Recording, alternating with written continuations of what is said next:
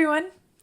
It's been a long time coming, but finally I am sitting down to listen to Deep Purple's Concerto for Group and Orchestra. I'm not going to listen to the whole thing because being a concerto, it's quite long, and I think that would be too long for a single first listen video. So tonight, my first listen to this concerto, I'm going to actually begin towards the end and listen to the third movement. Now, I did listen to one other piece by Deep Purple before, and that was Child in Time. If you haven't seen that review, that was my first exposure to the band, and the link is here if you want to check it out. So this is my second time coming back and listening to something that they have produced. And I understand that this was one of the first times that rock music was combined with a symphonic orchestra. And this was from a live performance at the Royal Philharmonic, with the Royal Philharmonic Orchestra at the Royal Albert Hall in London. I also understand that I've been told that a year later it was performed in Los Angeles by the Los Angeles Philharmonic Orchestra, and then somehow, and I don't know the details, I don't know if I will be able to find the details as I explore the history and the music and all of that, somehow after that performance, the score to the music was lost. And it was years before somebody rewrote by ear, note for note, the entire score so that it could be performed. I don't know how many years later. I haven't gotten into that history yet, but I'll be getting there. Anyway, so for now, here's my first exposure to this particular piece of music with the third movement, Vivace Presto.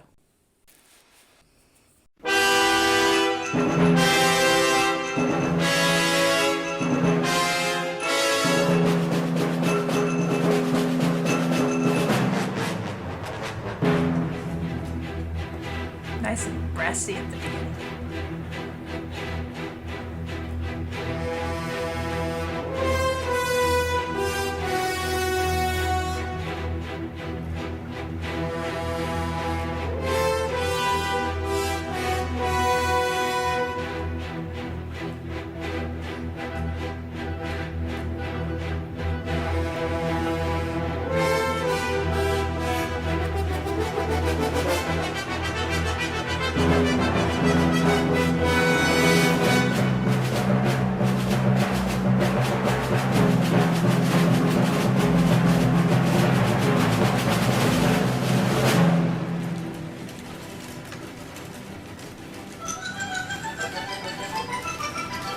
This is interesting.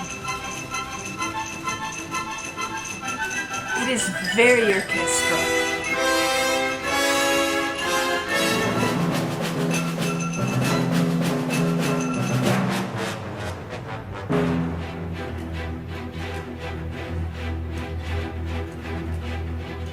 Kind of makes me think a bit of some music by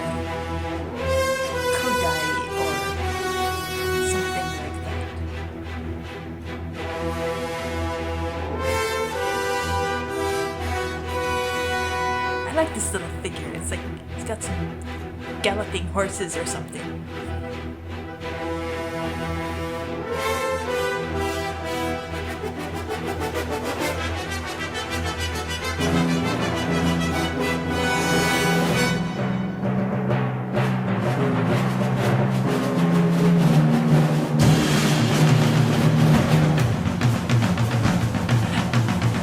That's a nice fusion of timpani with more rock-style drums happening there.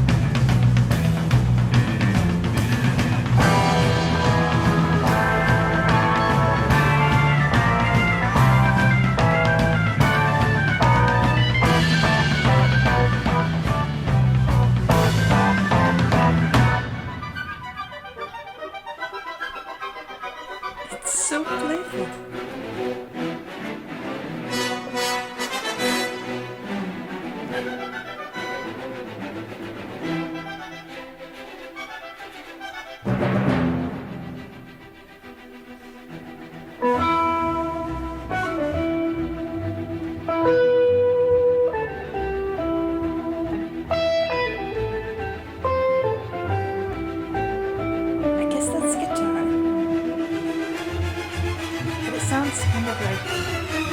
very warm saxophone sound.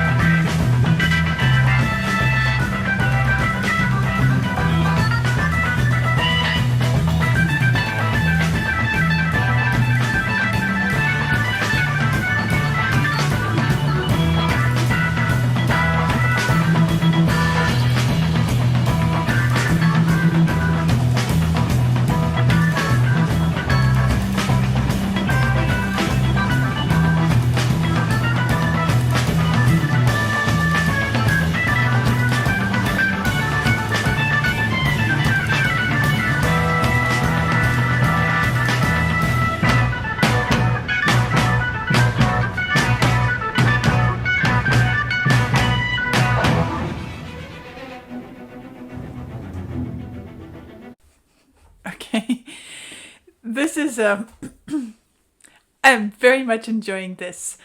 As you can tell, with this orchestral setting, suddenly it all makes sense to me, and it doesn't feel foreign or difficult to relate to at all. It's part of my natural habitat, so to speak. I love the way, I guess I've been a little bit hesitant to dive into this piece of music for a while because I wasn't sure if I would like hearing classical instruments fused with rock instruments, and I couldn't imagine how it would fit together and be something really enjoyable, nice, satisfying, interesting. But I'm really impressed. So far, I'm not through the piece yet at all, but I'm really impressed with how well combined they are in this movement. It has excitement, it has color, it has activity, things going on, coming and going, and there's an energy and there's a dynamism which is just great. It's really great, and it's not struggling to be fused together. It really fits together.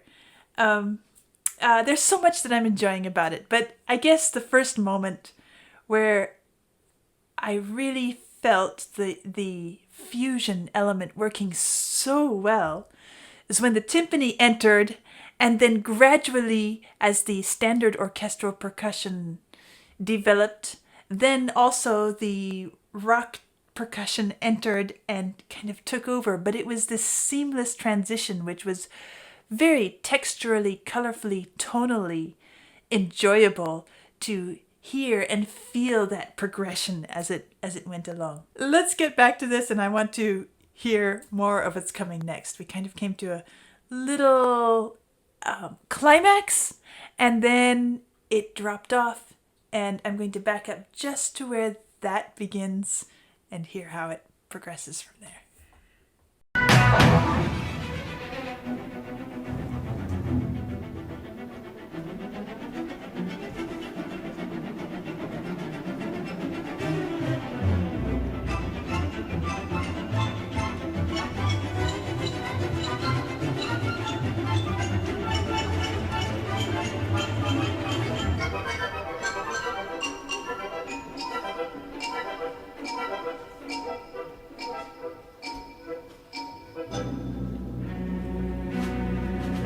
nice.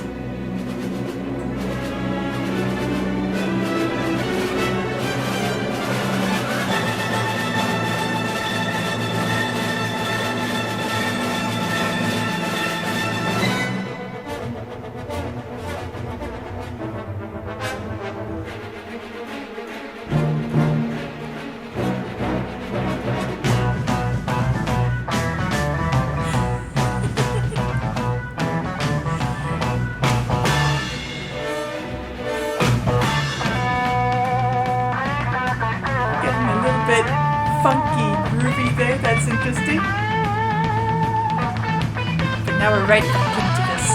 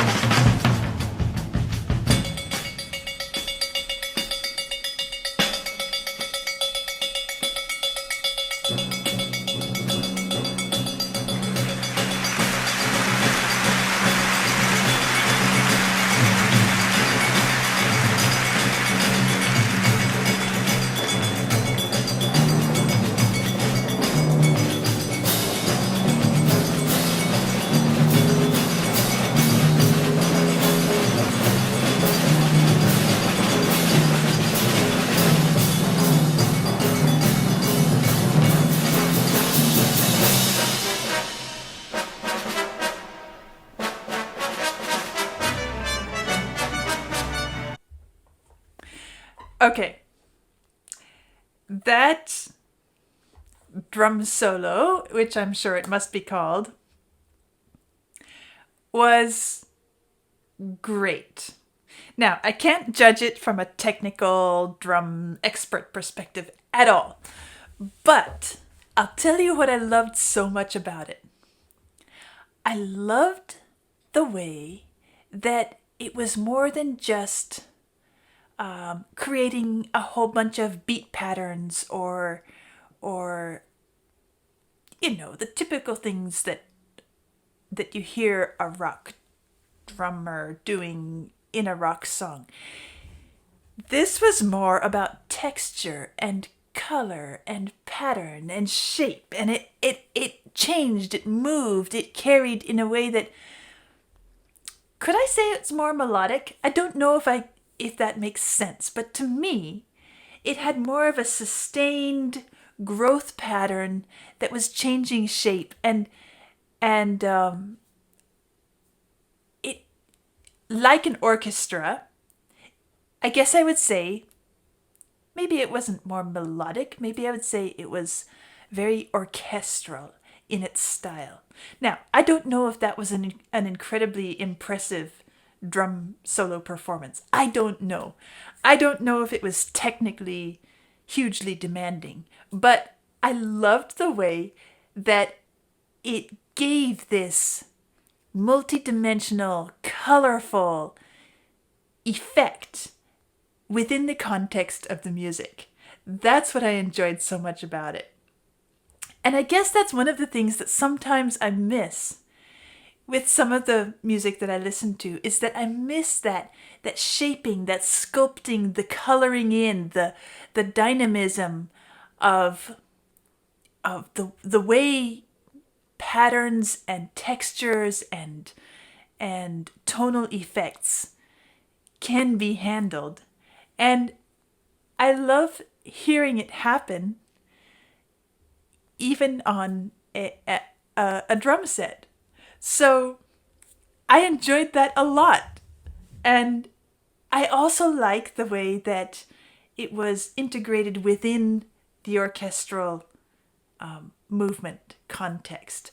Very much like a cadenza or something like that, where the soloist gets to show off their stuff, but always in the context of the music and enhancing rather than just being a little virtuosic moment. It's all about the entire picture of the music. So there we go. I'm not finished yet. I'm getting back to it.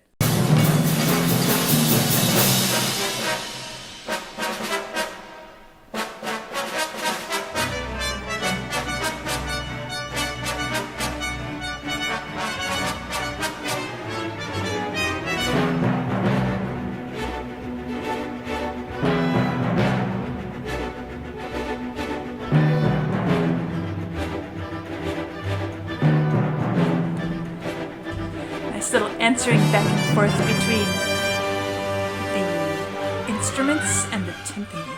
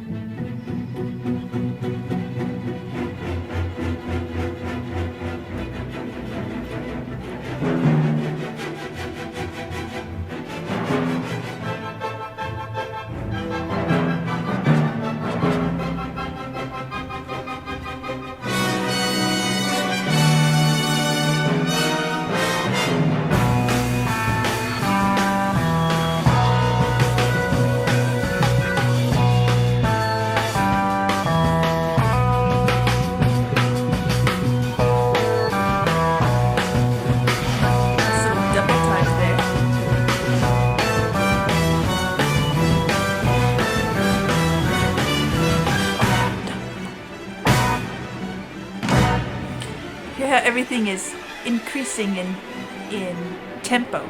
Actually, not tempo, but being condensed into a smaller space of time as it goes.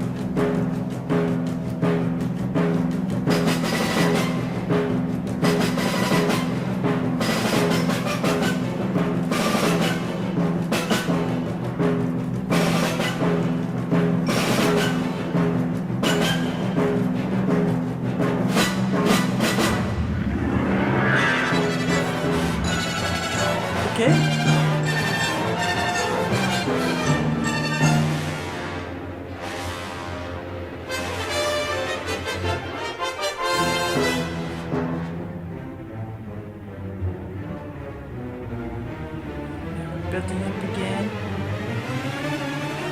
It's increasing.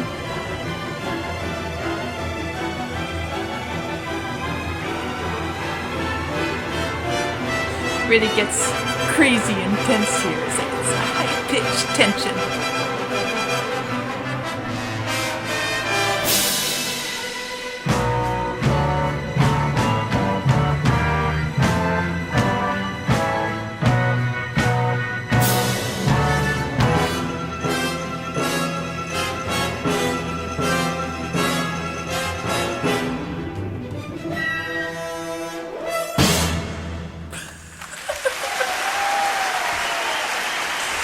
feel like I should clap along with the audience there.